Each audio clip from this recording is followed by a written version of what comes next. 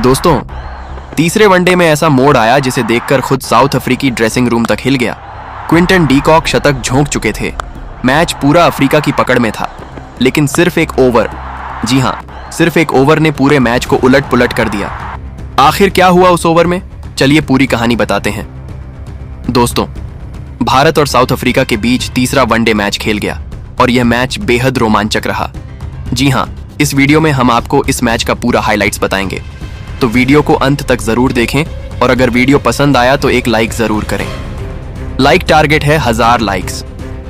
दोस्तों, भारत और दक्षिण अफ्रीका के बीच तीसरे और आखिरी वनडे मैच विशाखापट्टनम में खेला गया था और यह मैच दोनों टीमों के लिए करो या मरो जैसा था, क्योंकि जो भी टीम इस मैच को जीतती वही सीरीज की विजेता बन जाती। ऐसे माहौल में भारतीय कप्तान के एल राहुल ने टॉस जीता और बिना किसी हिचक के पहले गेंदबाजी करने का फैसला किया। टीम में एक बदलाव भी किया गया। वॉशिंगटन सुंदर की जगह तिलक वर्मा को शामिल किया गया। मैच की शुरुआत दक्षिण अफ्रीका के ओपनर्स क्विंटन डी कॉक और रयान रिकेल्टन ने की। भारत की ओर से पहला ओवर लेकर आए अर्दीप सिंह और उन्होंने आते ही कमाल कर दिया। ओवर की 5वीं गेंद पर उन्होंने एक बेहतरीन आउटस्विंग फेंकी। गेंद रिकेल्टन के बल्ले का बाहरी किनारा लेते हुए विकेट कीपर के एल राहुल के हाथों में चली गई। राहुल ने आसान कैच लपका और दक्षिण अफ्रीका को पहला झटका लग गया। रिकेल्टन खाता भी नहीं खोल पाए और साउथ अफ्रीका का सिर्फ 1 रन पर ही पहला विकेट गिर गया। यह भारत की शानदार शुरुआत थी। दूसरा ओवर हर्षित राणा ने डाला और उन्होंने भी कमाल की लाइन लेंथ के साथ एक मेडन ओवर फेंका। तीसरा ओवर फिर से अर्शदीप के नाम रहा और उन्होंने भी बिना रन दिए ओवर खत्म किया। दक्षिण अफ्रीका के बल्लेबाज अब दबाव में आते जा रहे थे। चौथे ओवर में हर्षित राणा ने बेहद उम्दा गेंदबाजी की। इस ओवर में भले 2 चौके लग गए हों, लेकिन दोनों ही चौके असल में डी कॉक के बल्ले के एज से आए थे। यह दिखाता था कि भारतीय गेंदबाज पूरी तरह हावी थे और बल्लेबाज आत्मविश्वास के साथ शॉट नहीं खेल पा रहे थे। शानदार गेंदबाजी का सिलसिला जारी रहा। अर्शदीप और राणा की जोड़ी ने शुरुआती 8 ओवरों में दक्षिण अफ्रीका को सांस भी नहीं लेने दी। स्कोर सिर्फ 25 रन तक ही पहुंच पाया था। हर्षित राणा ने 1 नहीं बल्कि 2 मेडन ओवर डाले।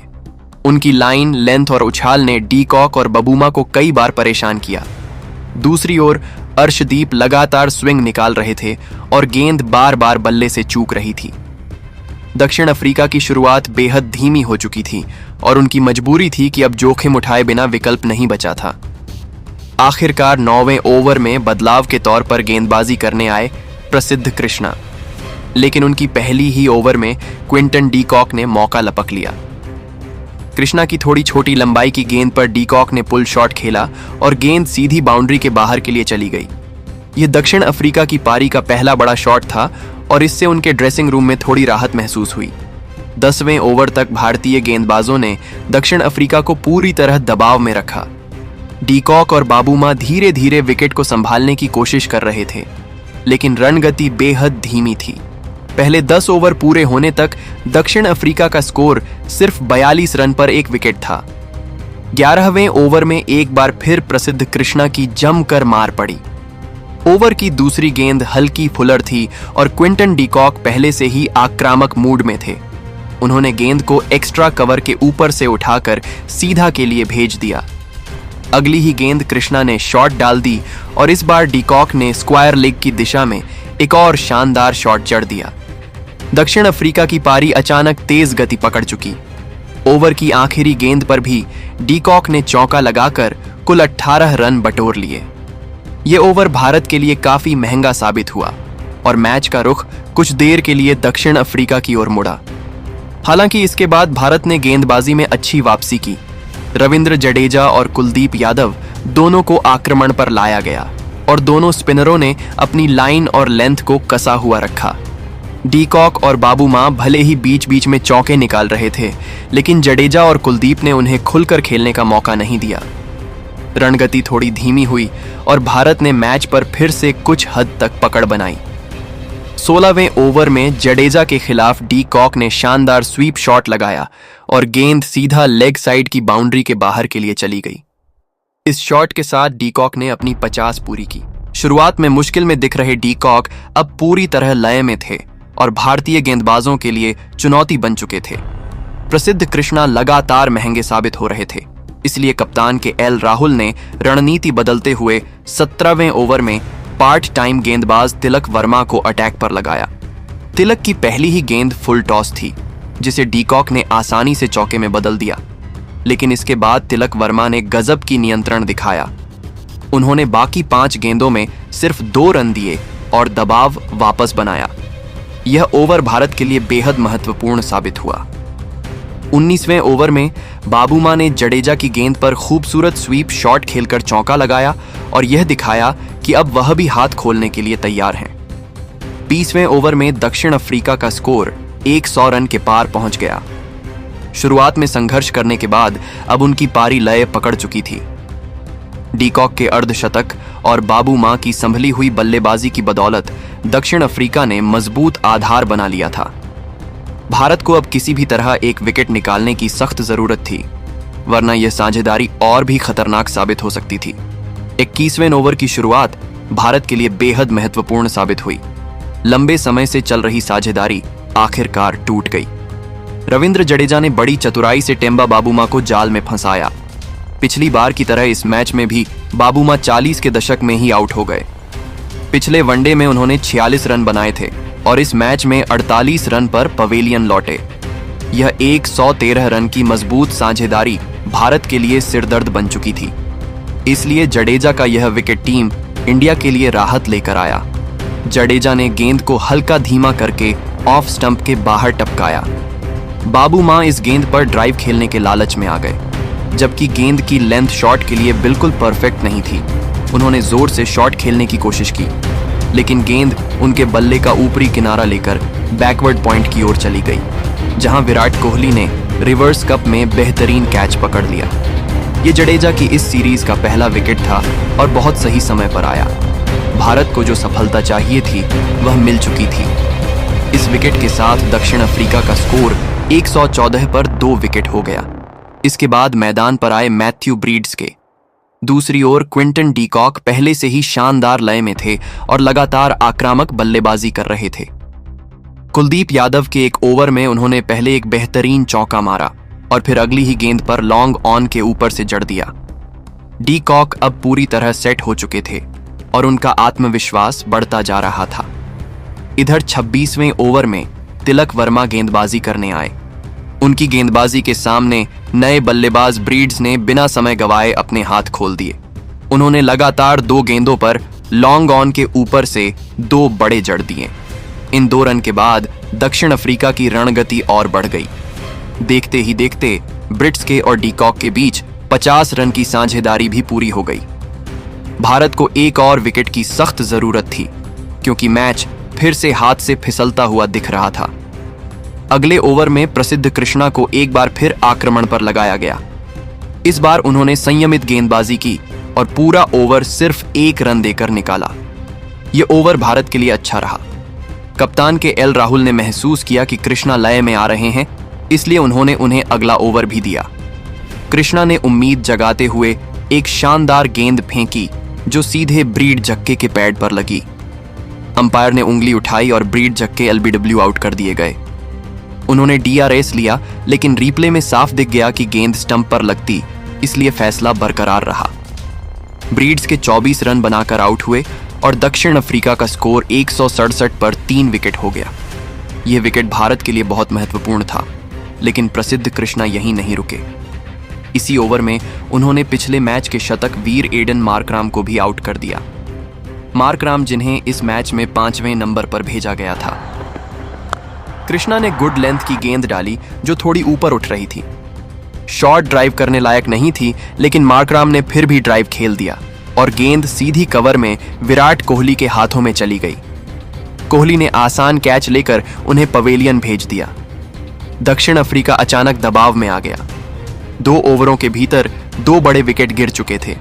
अब क्रीज पर आए नए बल्लेबाज, लेकिन स्ट्राइक पर मौजूद थे क्विंटन डीकॉक। अपनी शानदार फॉर्म जारी रखते हुए डीकॉक ने अगली ही ओवर में हर्षित राणा की गेंद पर एक बेहतरीन लगाया और अपनी शतकीय पारी पूरी कर ली। उन्होंने 80 गेंदों में अपना शानदार शतक पूरा किया और दक्षिण अफ्रीका को मजबूत स्थिति में बनाए रखा। 30 ओवर पूरे होने तक दक्षिण अफ्रीका का स्कोर 4 विकेट पर 185 रन था। भले ही भारत ने बीच में तेजी से विकेट चटकाए थे, प्रसिद्ध कृष्णा अपने पहले स्पेल में काफी महंगे साबित हुए थे। शुरुआती 2 ओवरों में उन्होंने जमकर रन लुटाए और ऐसा लगने लगा था कि आज उनका दिन नहीं है। लेकिन क्रिकेट की खूबसूरती ही यही है, एक ही गेंदबाज कुछ ही ओवरों में मैच का पूरा रुख बदल सकता है। प्रसिद्ध कृष्णा ने अपने दूसरे स्पेल में ठीक वही किया।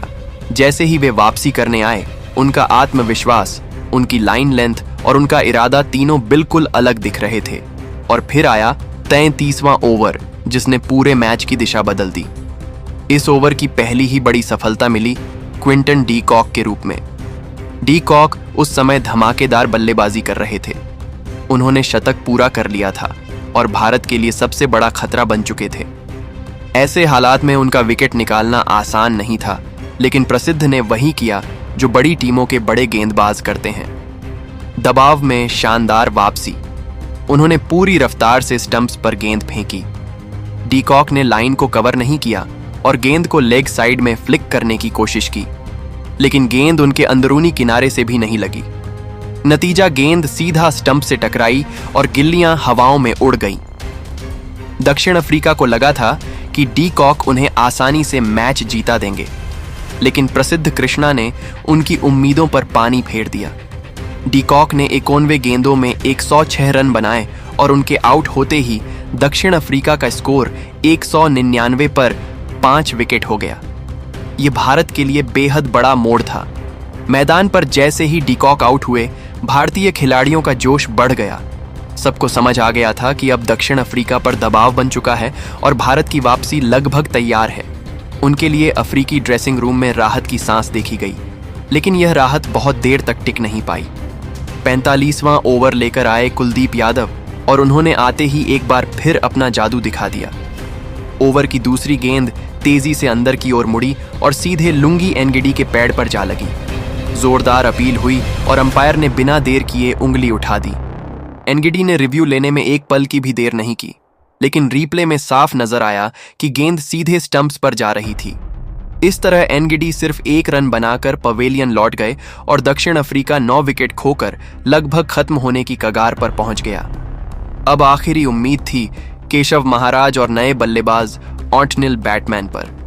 दोनों ने समझदारी दिखाते हुए 10वें विकेट के लिए 12 रन की छोटी लेकिन जरूरी साझेदारी की।